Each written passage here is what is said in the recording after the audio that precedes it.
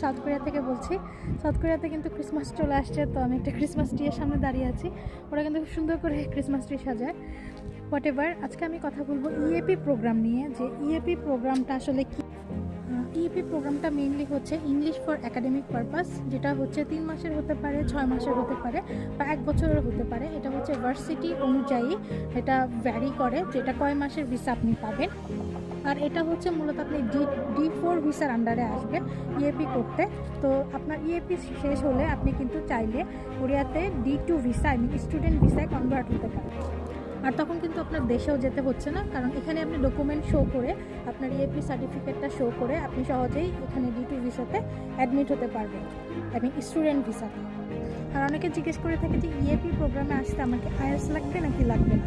এটা হচ্ছে আসলে ভার্সিটি অনুযায়ী ভ্যারি করে। কোনো কোনো ভার্সিটিতে আইএলটিএস ছাড়াই কিন্তু দিচ্ছে, আবার কোনো কোনো ভার্সিটিতে 5.5 বা 5 বা 6ও লেগে থাকে আইএলটিএস। তো আমার মনে হয় যারা হচ্ছে কোরিয়াতে আসতে চাচ্ছেন এবং এইচএসসি দিয়েছেন রিসেন্টলি, তাদের জন্য ইএপি খুব ভালো একটা প্রোগ্রাম। আপনারা ইজিলি চলে আসতে পারবেন। ওকে, আল্লাহ হাফেজ সবাইকে।